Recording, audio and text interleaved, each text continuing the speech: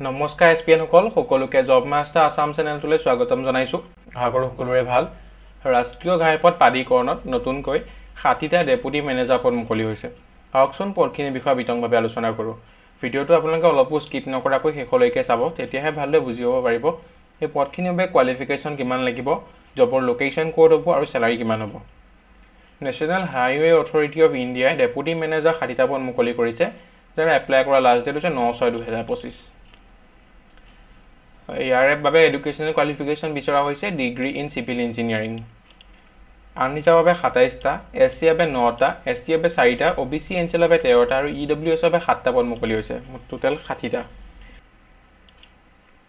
Pay level 10ৰ মতে আপোনালোকৰ salary হ'ব, লগতে 7 পে কমিশ্যনৰ মতে আপোনালোকে চেলাৰী ইনক্ৰিজ হ'ব। 56,100 ষ্টাৰ্টিং আৰু মেক্স 1,77,500। লগতে আদাৰ এলাউন্সেছ আপোনালোকে পাব। ইয়াৰ বাবে এজ লিমিট দিয়া হৈছে মেক্সিমাম 30 ইয়াৰ্ছ, মানে ফ্ৰেচাৰ্ছৰ কাৰণে বহুত ভাল হয়। 21ৰ পৰা আপোনালোকৰ যোনখন ফ্ৰেচাৰ্ছ হয় তেখেতলোকে এপ্লাই কৰিব পাৰিব। এই OBC MOBC বাবে 3 বছৰ, SC ST বাবে 5 বছৰ, PWD বাবে 10 বছৰ এজ ৰিলেক্সন প্ৰদান কৰা হৈছে। ইয়াৰ এপ্লিকেশ্যন ষ্টাৰ্টিং ডেট হৈছে 10 মে 2025 আৰু ইয়াৰ লাষ্ট ডেট 9 জুন 2025।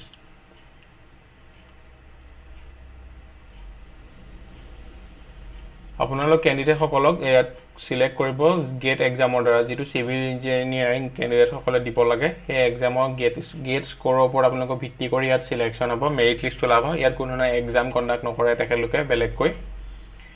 আপোনালোকে যদি এপ্লাই কৰিব বিচাৰে তেন্তে গুগলত NHAI বুলি চাৰ্চ কৰি দিয়াৰ লগে লগে অফিচিয়েল ৱেবছাইটটো খোল খাব। তাত গৈ পেলাই আপোনালোকে, এইটো হৈছে সিহঁতৰ অফিচিয়েল ৱেবছাইট, ইয়াত আপোনালোকে এপ্লাই ছেকশ্যনত গৈ গোটেইখিনি আপোনালোকে এপ্লাই কৰিব পাৰিব। ইমানখিনি এটা চমুকৈ আপডেট দিলোঁ আপোনালোকক ৰাষ্ট্ৰীয় ঘাইপথ প্ৰাধিকৰণৰ মুকলি হোৱা 60টা ডেপুটি মেনেজাৰ পদৰ বিষয়ে। আশা কৰোঁ আপোনালোকে ভিডিঅ'টো চাই ভাল পালে। যদি ভিডিঅ'টো চাই অলপ হ'লেও লাভজনক হ'ল বুলি ভাবিছে তেন্তে লাইক কৰিব, লগৰ বন্ধু বান্ধৱীৰ সৈতে শ্বেয়াৰ কৰিব, লগতে চেনেলটো ছাবস্ক্ৰাইব কৰিবলৈ নাপাহৰিব। ধন্যবাদ।